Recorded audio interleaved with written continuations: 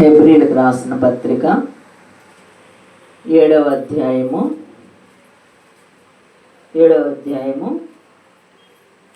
20వ వచనం కాంచి చదువుకుందాం.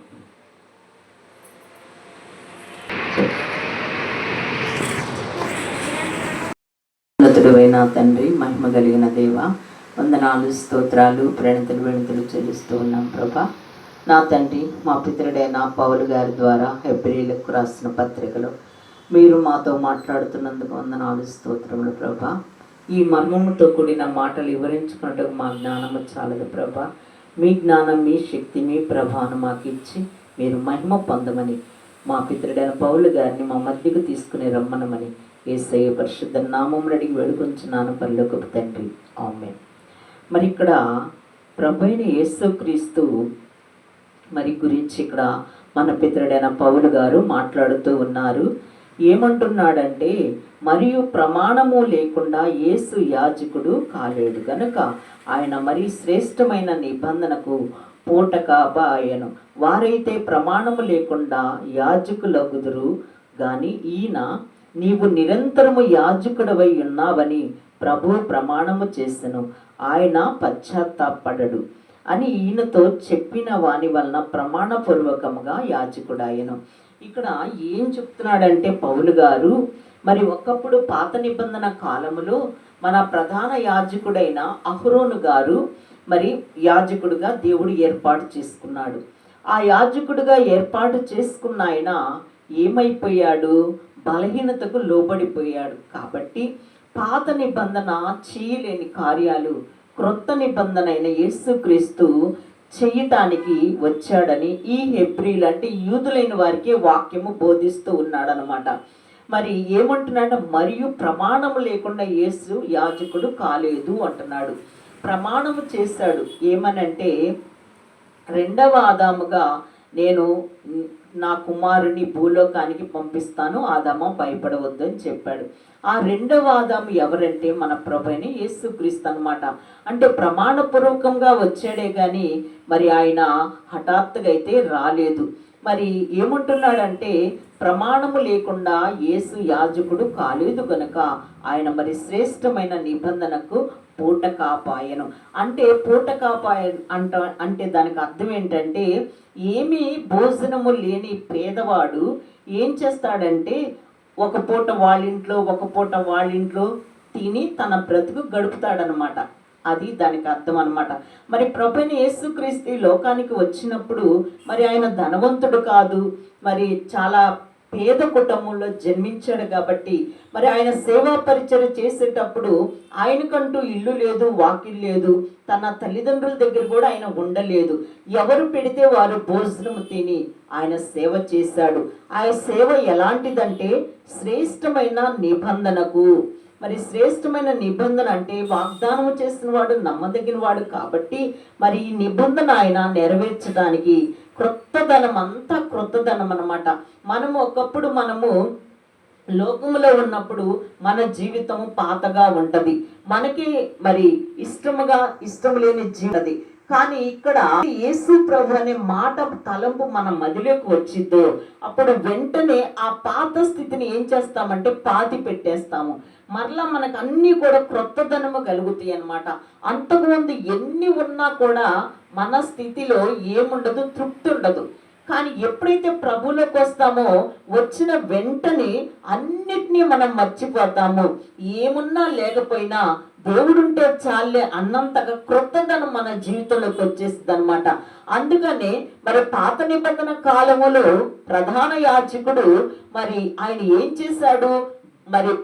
మరి ఆ పొట్టేళ్ల రక్తము తనది కాని రక్తము తీసుకొని ఆ అతి పరిశుద్ధ స్థలములోకి ఏడాదికి ఒక్కమారే వెళ్ళేవాడు.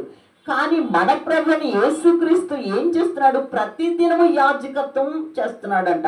ప్రతి దినము కూడా ఆయన యాజకుడు అయిపోతున్నాడంట. ఎలాగవుతున్నాడు? యాజకుడు అంటే ఏంటి? అందరి ఇశ్రాయేలు పాపములన్నీ కూడా దేవునికి చెప్పేవాడు ప్రధాన యాజకుడైన అహరోను గారు. కానీ ఈ ప్రధాన యాజకుడు ఎలాంటి వాడంటే ప్రతిదినము కూడా వచ్చి నీతో మాట్లాడతాడు. ప్రతి దినము కూడా నీ ఇంట్లో సమస్యలు ఏంటి అని అడుగుతాడు.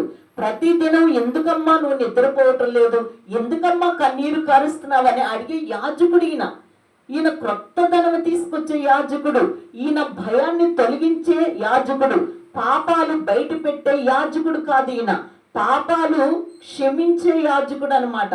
ఆ దినాల్లో అహరోను గారు అనే ప్రధాన యాజకుడు, ఆ యాజకుడు ఏం చేస్తాడు, ఎవరైనా పాపము చేసిన వారిని దేవాలయంలోకి రావటానికి వీలు లేదు.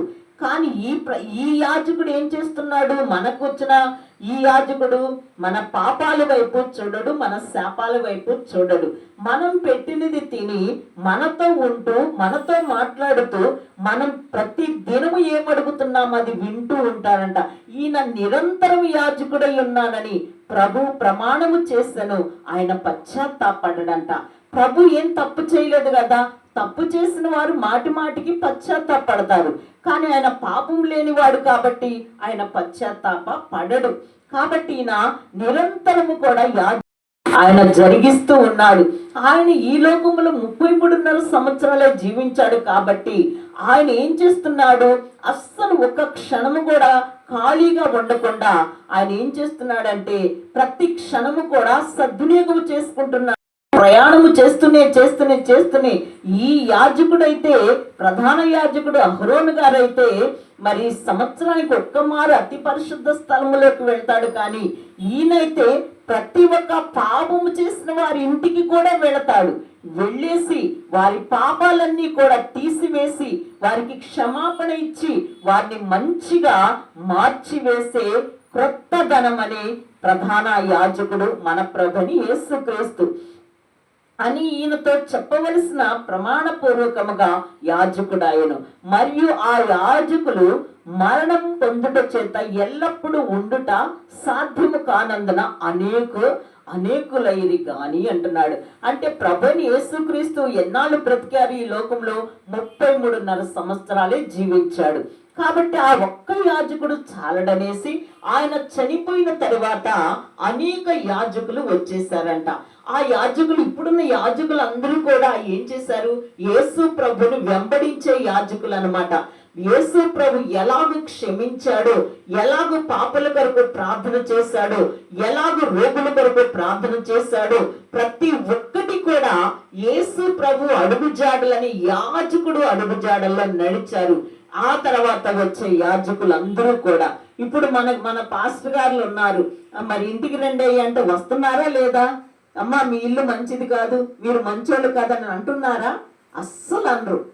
ఏమంటారా అని, సరే అమ్మా వస్తాం, ప్రార్థన చేస్తాం, నీకేం కష్టం ఉంది, మరి మేము ప్రార్థన చేస్తాం, నువ్వు భయపడవద్దు, దిగులు పడవద్దు అని చెప్పే యాజకులు వచ్చేసారు అనమాట. అంతకుముందు యాజకులు అయితే వారి వారసత్వంతో యాజకులు వచ్చేసేవారు. మరి లేవి గోత్రికి సంబంధించిన వారే యాజకత్వం చెయ్యాలి. కానీ ఇప్పుడైతే ప్రభు ఏం చేస్తున్నాడంటే అస్సలు చదువు లేని వారైనా సరే, అస్సలు పరిశుద్ధులు కాకపోయినా సరే, వారు ఏం చేస్తారంటే చక్కగా మారు మనసు పొంది, అయ్యా నువ్వు తప్పితే ఈ లోకంలో నాకు ఎవ్వరూ లేరు ప్రభా, నీ పని చేస్తానంటే రండి, కోత విస్తారముగా ఉంది, పనివారి కొరకు వేడుకోమని ప్రభు చెప్పాడు. కాబట్టి ఎంత కోత కొయ్యాలన్నా, ఎంత మంది పనివారు వచ్చినా గాని యేసయ్య అనే పొలములో ప్రతి ఒక్కరికి కూడా కూలి దొరికిద్ది. ఒక్కరిని కూడా ఆయన కాదనడు. ఏ కులము లేదు, ఏ మతము లేదు, ఏ జాతి లేదు, ఏ భాష లేదు. ఎవరైనా సరే వచ్చి ఈ జీవ గ్రంథాన్ని తీసుకొని పని చేయవచ్చు. ఎంత కోతైనా కొయ్యటానికి ఆ విస్తారమైన పొలం ఉంది యేసయ్య దగ్గర. ఆ పొలంలోకి ఎవరైనా వచ్చి పని చేయవచ్చు, కొడవలి తీసుకోవచ్చు, కోత కోసివేయచ్చు. కొడవలి కోత అంటే ఏంటి, కొడవలి కోత కోసే వాతం దగ్గర ఉంటదన్నమాట. కోత కొయ్యటం అంటే ఏంటి, కొడవలి వాక్యం. ఈ వాక్యాన్నితో ఎలాంటి దుష్టుల్ని, దుర్మార్గుల్ని, పాపుల్ని, హింసకుల్ని, 100 మంది హత్య చేసిన వాళ్ళైనా సరే ఈ వాక్యం అనే కోత కోస్తే వాడు పంట అయిపోతాడు. ఆ పంట ఏమైంది, ఇంటికి వచ్చేసిద్ది. అంటే ఎలాంటి వారైనా సరే ఒక పరిశుద్ధుడిగా మారిపోతాడు అనమాట, ఒక ప్రవక్తగా మారిపోతాడు. మరి ఇప్పుడున్న జనాంగం అంతా కూడా ఇంతమంది యాజకులు ఉన్నారంటే దానికి కారణం ఏంటి, ప్రభువు ఎవరైనా సరే మరి గాడిద ఎన్నిక లేని గాడిద, ఆ గాడిద మురికి వస్త్రాలు మోసే గాడిద, దానికి ఒక బిడ్డ కన్నదంటే ఆ బిడ్డకి ఏం చేయాలంటే ఒక గొర్రె పిల్లనిచ్చి దానికి విడుదలనివ్వాలి. ఒకవేళ గొర్రె పిల్ల ఇవ్వకపోతే ఆ గాడిద పిల్లకి మెడ విరగదీసి అవతల పడేస్తారు. ఆ గాడిద కూడా వేదన పడుతూ ఉందంట. అయ్యో ప్రభా, నాకు మొట్టమొదట పుట్టిన బిడ్డని ఎవరు కూడా గొర్రె పిల్లని ఇవ్వకపోతే నా బిడ్డను చంపేస్తారు ప్రభా అని ఏడుస్తూ ఉంటదంట. అలాగని యేసయ్య వెళ్ళి ఏం చేశాడు? ఆ కట్టబడి ఉన్న గాడిద పిల్లకును విడుదలనిచ్చేశాడు అనమాట. విడుదలనిచ్చి ఆయన ఏం చేశాడు? దానికి కూడా దాన్ని ఎన్నిక చేసుకున్నాడు. ఎలాగా? దాన్ని తీసుకుని వచ్చి దాని మీద కూర్చున్నాడు ప్రభువైన యేసుక్రీస్తు. ఎన్నిక లేని గాడిద, దాని గొంతు ఇష్టం ఉండదు, దాని రూపురేఖలు బాగోవు, మరి దాన్ని ఎవ్వరు ఇష్టపడరు అనమాట. అలాంటి గాడిదని ఏం చేశాడు ప్రభు? తన వాహనముగా మార్చుకున్నాడు.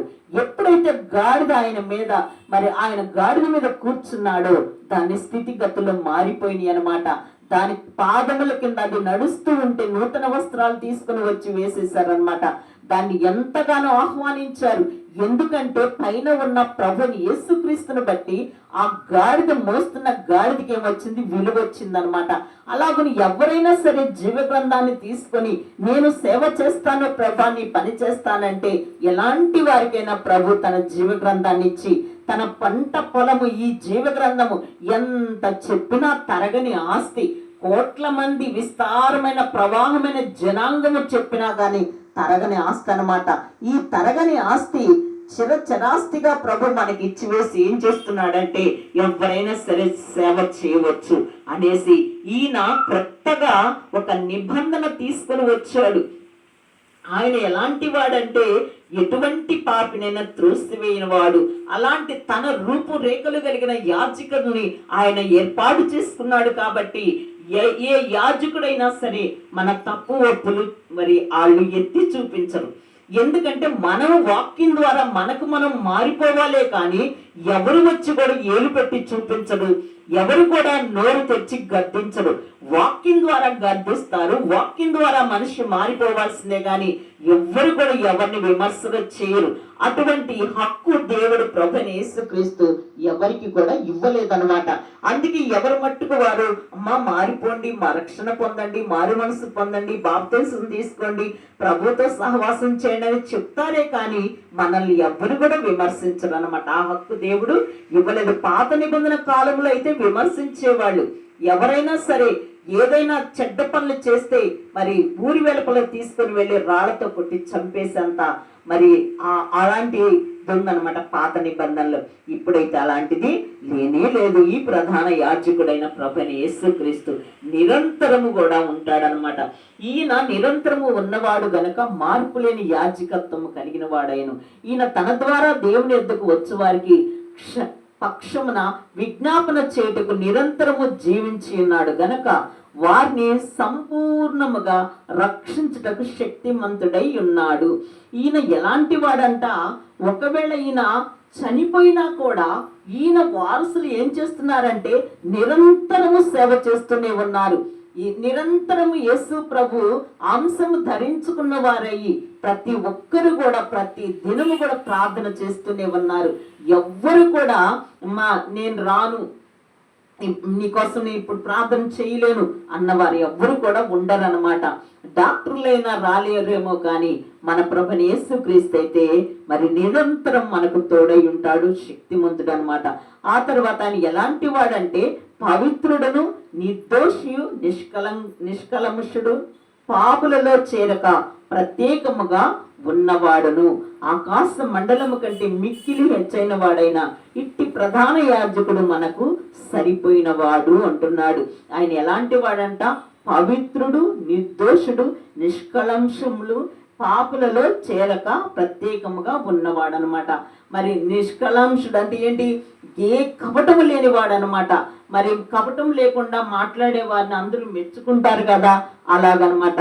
నిర్దోషుడు అంటే ఏ దోషం కూడా ఆయన యొద్ద లేనే లేదు.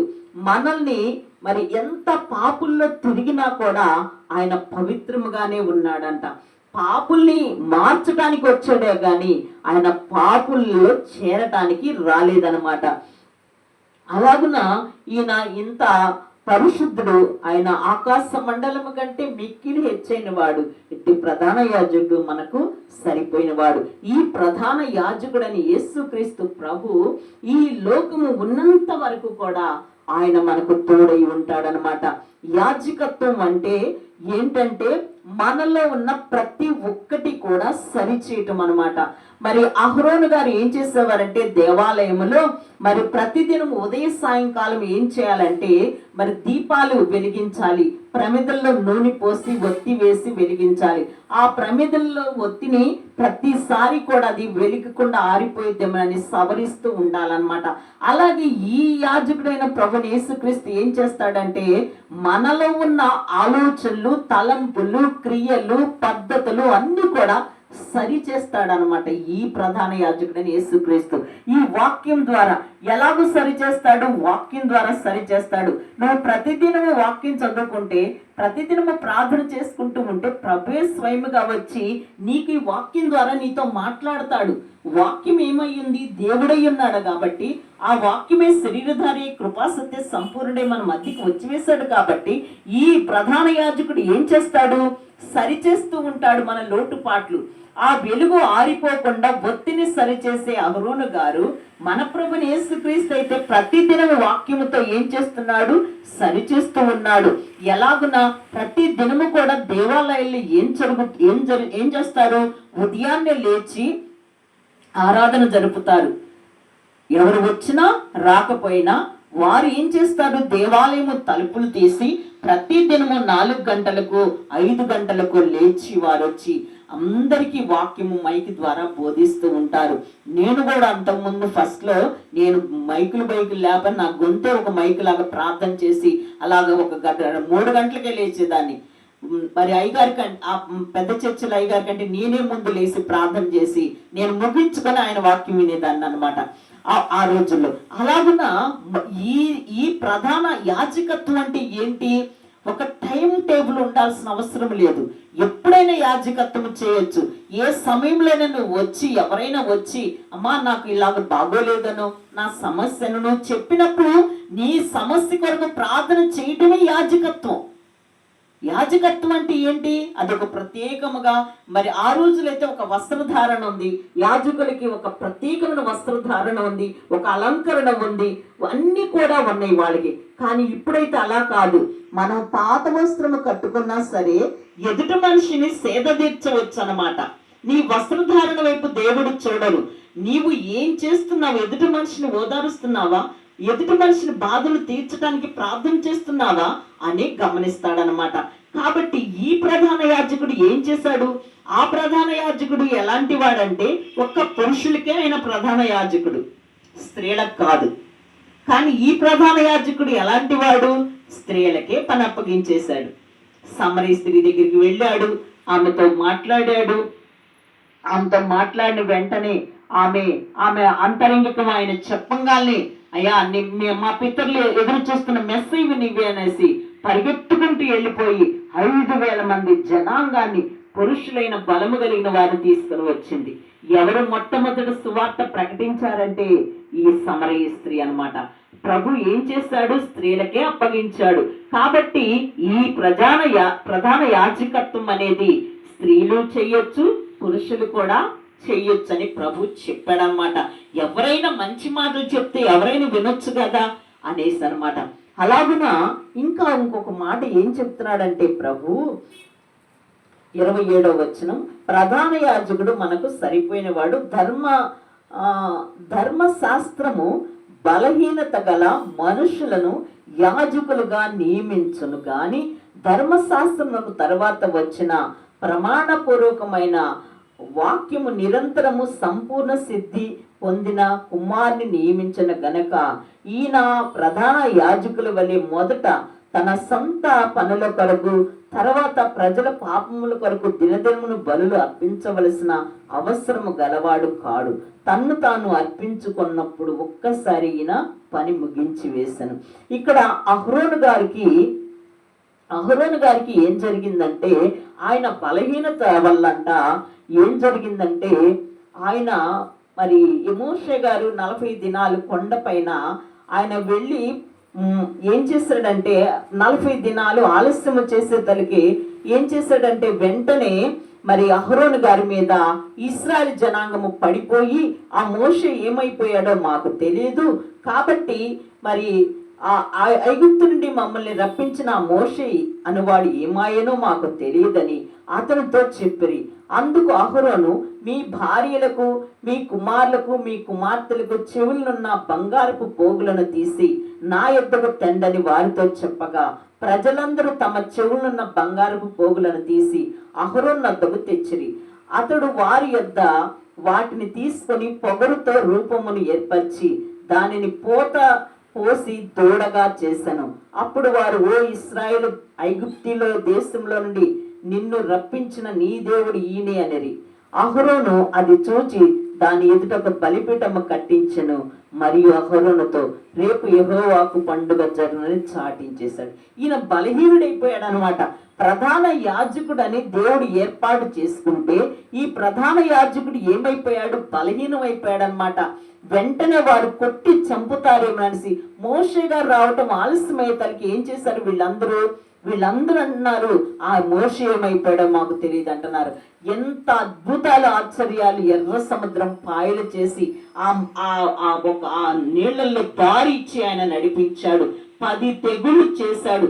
ఇన్ని అద్భుతాలు చేసినా కానీ వీళ్ళు ఏమంటున్నారు?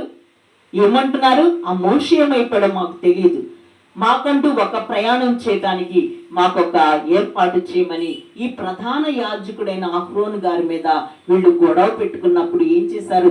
అక్కడ ఐగుప్తి దేశంలో వెండి బంగారాలు తెచ్చుకున్న ఐగుప్తి సంపాదన అంతా వీళ్ళు తెచ్చుకున్నారు కదా, ఆ తెచ్చుకున్నవి ఏం చేశారు? మధ్యలోనే అవజేసేస్తున్నారు. ఏం చేశారు? ఆ బంగారపు దూడకు పెట్టేశారు. వీళ్ళ చెవు కమ్మలు, వాళ్ళ బంగారం అంతా ఒక దూడం చేయాలంటే ఎన్ని కేజీలు బంగారం పట్టింది? బంగారం అంతా ఇచ్చేసుకున్నారు.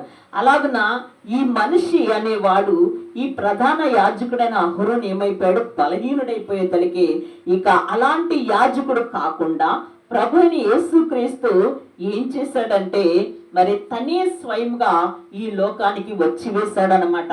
తనే స్వయంగా వచ్చి ఒక మంచి ప్రధాన యాజకుడు అయిపోయాడు అనమాట. ఈ ప్రధాన యాజకుడు ఎవ్వరికి భయపడడు, ఎక్కడా దిగులు పడడు, మరి ఎవరిని విడిచిపెట్టడు, మరి ఎవరికి లోబడడు. మరి ఇలాంటి గొప్ప ప్రధాన యాజకుడు కాబట్టి ఈ ప్రధాన యాజకుడే మన ప్రభుని యేసుక్రీస్తును పోలి మనమందరము కూడా నడవవలసిన వారం అన్నమాట. మరి మన యాజకత్వం అనేది మరి ఎవరిని ఇచ్చినా ఇయ్యకపోయినా, కానుకలు వచ్చినా రాకపోయినా ప్రతి దినము కూడా వారందరి కొరకు ప్రార్థన చేయాల్సింది. ఇదే నిజమైన యాజకత్వం అన్నమాట. ప్రభువు చూస్తున్నాడని మనము గమనించాలి. నీవు ఎవరైనా వచ్చి నీకు కష్టము చెప్పినప్పుడు నీవు ప్రార్థన చేస్తున్నావా లేదా అనే నమ్మకముగా ఉన్నావా లేదా అని ప్రభు గమనిస్తూ ఉంటాడు. కాబట్టి ప్రభు గమనిస్తాడు కాబట్టి మనం జాగ్రత్తగా పని చేయాలి. ఒక పని మనం మొదలు పెట్టాం కాబట్టి అది మధ్యలో ఆపివేయకూడదు, ఎవరి వైపు చూడకూడదు, ఎవరిని పట్టించుకోకూడదు. మన పనులు ఆపివేయటానికి రకరకాల సాతాను శోధనలు వస్తూ ఉంటాయి. అయినప్పటికీ కూడా వెనక్కి తిరగని యాజకత్వం అన్నమాట ఇది. పాత నిబంధన కాలంలో అయితే భయంతో అహరోను గారు మరి ఎక్కడైతే ఐగుప్తు దేశంలో వాళ్ళు తెలుసుకున్న ఆ దూడల్ని వాళ్ళు మరలా విగ్రహం తెచ్చేసుకున్నారు. అది వద్దు అంటే రక్త నిబంధనతో ప్రమాణము చేశారు. వీళ్ళు చేసినప్పటికీ కూడా మర్చిపోయి ఏం చేశారు? మరలా యథావిధిగా ఐగుప్తుని మరలా తీసుకువచ్చి వీరు ముందు పెట్టుకున్నారనమాట. అలాగున ఇలాంటివన్నీ కూడా ప్రభు గమనించి భరించి 4000 సంవత్సరాలు భరించి ఆ తర్వాత ప్రభుని యేసుక్రీస్తు కన్యక గర్భంలో కుమారునిగా ఈ లోకానికి ఇమ్మానుయేలుగా వచ్చి వేశాడనమాట. ఇవన్నీ కూడా మనము గుర్తు పెట్టుకోవాలి. ఇంత మరి ఈయన ఎలాంటి వాడంట? ప్రజల పాపముల కొరకు అనుదినము బలులు అర్పించవలసిన అవసరము గలవాడు కాడు. ఆయన ఎలాంటి వాడు? ప్రభుని యేసుక్రీస్తు తప్పు చేసిన వారు ఏం చేస్తారు? బలులు అర్పిస్తారు, పాప పరిహారార్థ బలులు అర్పిస్తారు. ఇక్కడ ప్రభు తప్పు చేయలేదు కాబట్టి ఈయన ఒకే ఒక బలి ఇచ్చేశాడు, తన్ను తానే ప్రాణము ఇచ్చి వేసిన బలి అన్నమాట. ఈ బలి ఇచ్చిన తర్వాత ఇక మరలా బలులతో పని లేదు, ఇక బలులతో పని లేదు. బలు ఇచ్చేవారు ఎవరంటే మరి విగ్రహారాధికులు అనమాట. వారు ఏం చేస్తారు, వారు ప్రభువుని ఎరగలేదు కాబట్టి వాళ్ళు ఏమైనా చేస్తారు. వాళ్ళు తెలియక చేస్తున్నారు, మనము తెలిసి చేయకూడదన్నమాట. అందుకు ప్రభు చెప్తున్నాడు. అందుకే రక్షణ లేని వారి గురించి ప్రభు పట్టించుకోవట్లేదు. కానీ ఎవరైతే రక్షణ మారు మనసు పొంది ఇక పాపము చేయొద్దు, గతించిన కాలము చాలును, ఇక పాపము చేయవద్దు అంటున్నాడు ప్రభు. ఇవన్నీ కూడా మనము గుర్తు పెట్టుకొని దేవునికి ఇష్టముగా మనము జీవిస్తూ ఉండాలన్నమాట. సరే, ఇంకొక మాట చదివి ఆపుతాను. మేము వివరించుతున్న సంగతుల సారాంశం ఏదనగా, మనకు అట్టి ప్రధాన యాజకుడు ఒకడు ఉన్నాడు.